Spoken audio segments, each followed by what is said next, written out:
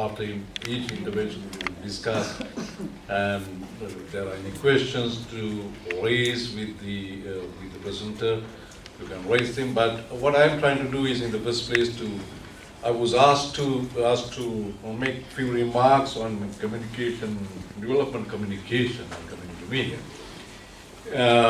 I am trying to posit this in two different scenarios. One is that, as you may know, that development communication came into being a long time ago, around 40 years ago, in a different context. And then, of course, we now talk about a different type of communication for development. We prefer to use the term communication for development. In fact, if we look back in the whole development of the concept itself, communication development or development communication or communication for development is nothing much more than a learning and education.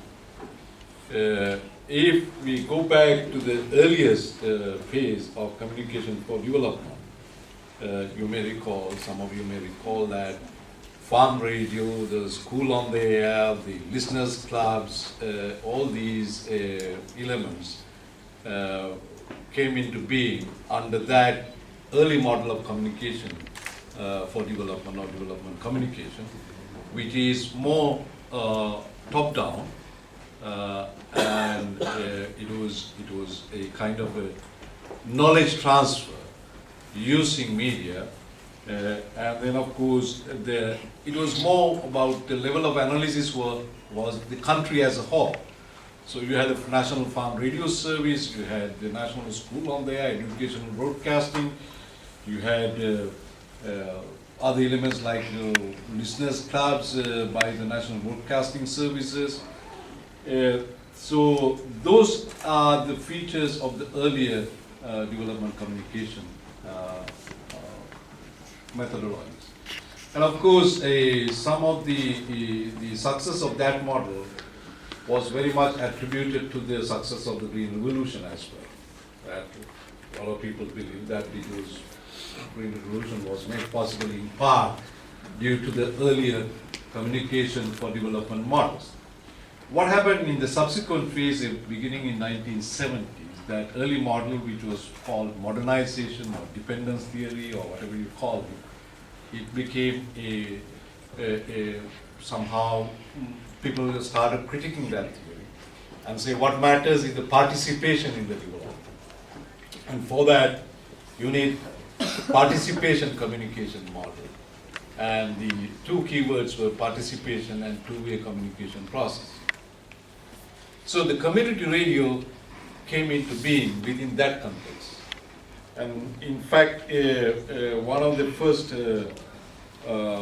definition given to the community media was it is defined as a media that are non-profit and owned by or accountable to the community that they seek to serve.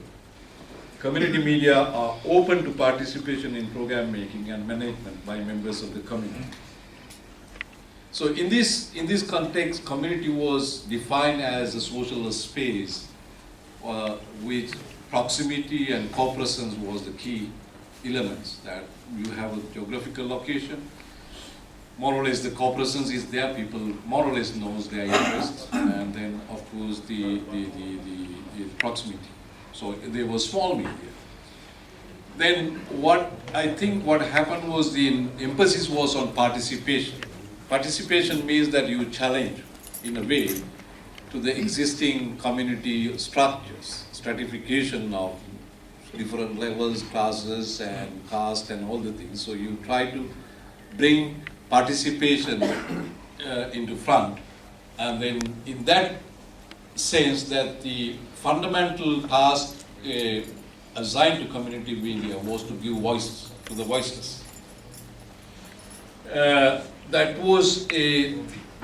is, of course, I think it is important to give voice to the voiceless, and of course, communities are not monolithic places. You have a lot of tension within the community, so that in this context, the participation was termed as that giving voices to each and every one is much more important than anything else.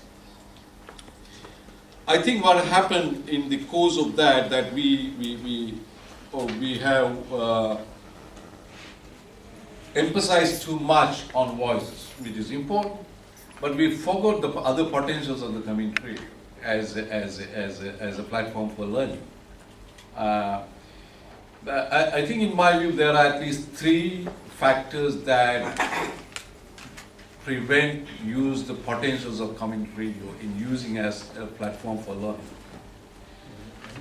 Of course, the first and foremost, most of the community radio operators work within their community. Most of these community radio operators did not have the know-how as to how they should use community radio as a platform for learning. And most community radio stations did not have good partnership with those organizations who have the know-how and who are capable of providing that kind of services to the community radio stations. And on the other hand, community radio also has a problem of meeting the running cost and other aspects, and they tend to emulate the mainstream media at a micro level with the more local entertainment programs seeking for advertisement money. So much of the thinking went into how to sustain their operation rather than trying to expand the service areas into education and others. This is not a generalization. There are some exceptional cases where the community has been used very much, and community media has been used very much for education purpose, which we are going to discuss with some good examples. These 2 definitions. One is the UN definition on communication for development, and the second one, which came out in 2006 with the World Bank.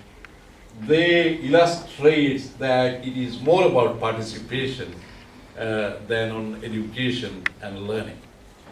So, as I said, that the institutional support required to have some good programs towards community learning for development was not forthcoming, because community radios worked in isolation, and there were not much of institutional arrangement that supported the community radio in many countries.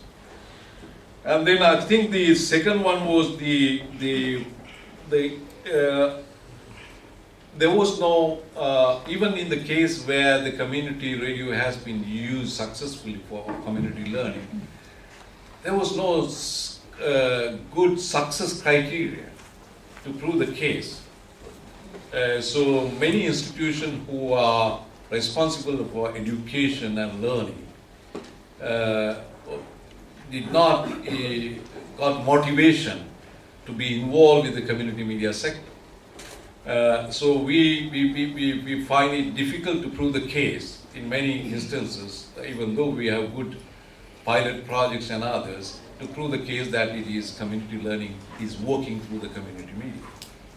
So the finding good indicators with the possibility of verifying with available data was not forthcoming.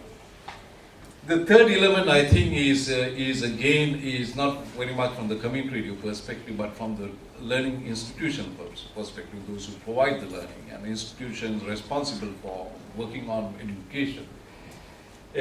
Because in the community, in my view, that is you cannot go with the subject teaching approach. You had to go through the problem solving approach. So it is not really a pedagogical method where you provide something like the ODL, the courses and things like that. If you want to get into the community learning, then you have to find another way as to how you are going to address community learning, which underpins a problem solving of the day-to-day problems that the community faces. So the question of also about how to produce learning material, learning programs specific to communities and community needs.